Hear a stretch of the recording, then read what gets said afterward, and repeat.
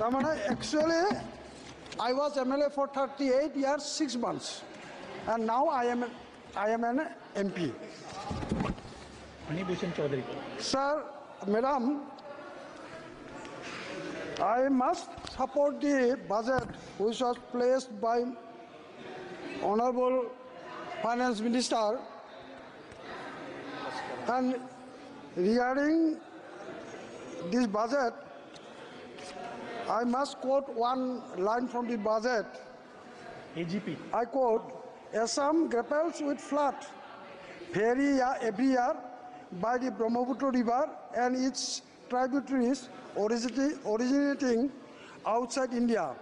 We will provide assistance to Assam for flood management and related projects. In this regard, I want to say something regarding floods of Assam, floods and erosion of Assam. Madam, the geographical area of Assam is 78,438 square kilometer.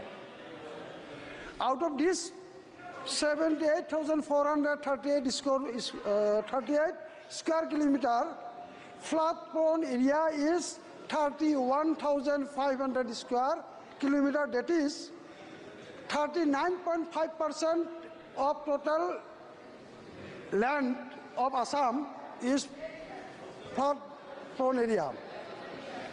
Madam, if we go to the national statistics,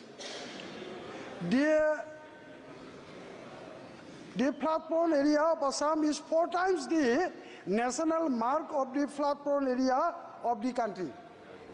Record shows that the average annual area affected by flood is 9.31 lakh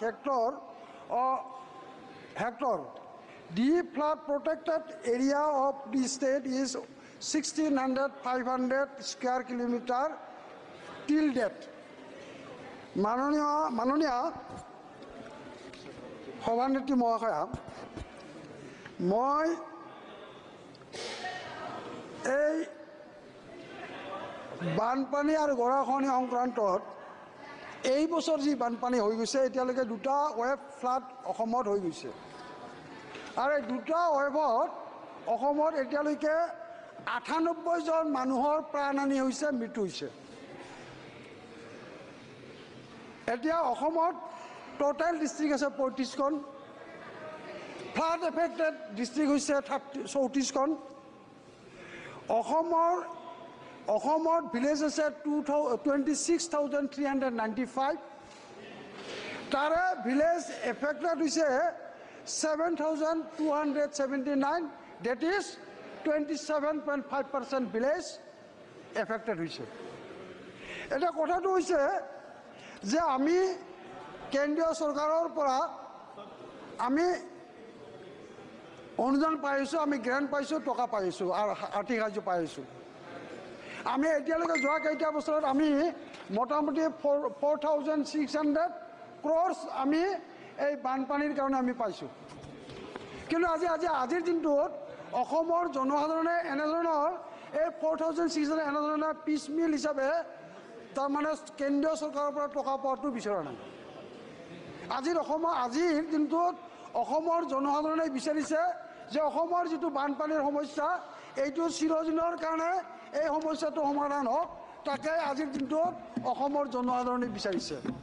আৰু মই এটা regional party Asom Gana Parishad দলৰ প্ৰতিনিধি হিচাপে মই আমাৰ দলৰ স্থিতি তথা অসমৰ জনসাধাৰণৰ যিটো তাৰমানে মতামত, এই মতামতটো মই আপোনাক অৱগত কৰিব বিচাৰিছোঁ।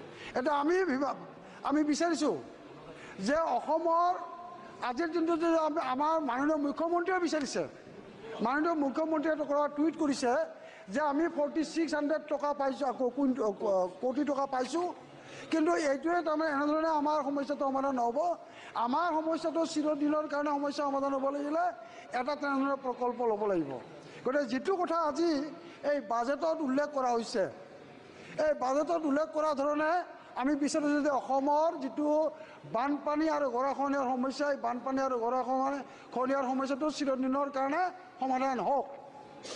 আৰু ইয়াৰ কাৰণে আমি বিচাৰিছোঁ কি যে ইয়াৰ কাৰণে তাৰমানে comprehensive project, comprehensive solution, embankment strengthening, watershed management, river training, enhancing of depth of Brahmaputra, এই জাতীয় বস্তুবিলাক মই আমাৰ অসমত হোৱাটো আমি বিচাৰিছোঁ। সেইকাৰণে আমি আপোনাৰ জৰিয়তে মাননীয় প্ৰধানমন্ত্ৰী ডাঙৰীয়াক আমি অনুৰোধ কৰিছোঁ, বিভাগীয় মন্ত্ৰীক আমি অনুৰোধ কৰিছোঁ যাতে এই অসমৰ বানপানীৰ গৰাখহনীয়াৰ সমস্যাটো স্থানীয়ভাৱে সমাধান কৰাৰ স্বাৰ্থত এখন উচ্চ পৰ্যায়ৰ কমিটি গঠন কৰি টেকনিকেল পাৰ্চনৰ জৰিয়তে কমিটি গঠন কৰি এই সমস্যাটো সমাধান নকৰে তাকে কামনা কৰিছোঁ আৰু তাৰ ওপৰত মই পুনৰবাৰ আপোনাক ধন্যবাদ জনাইছোঁ।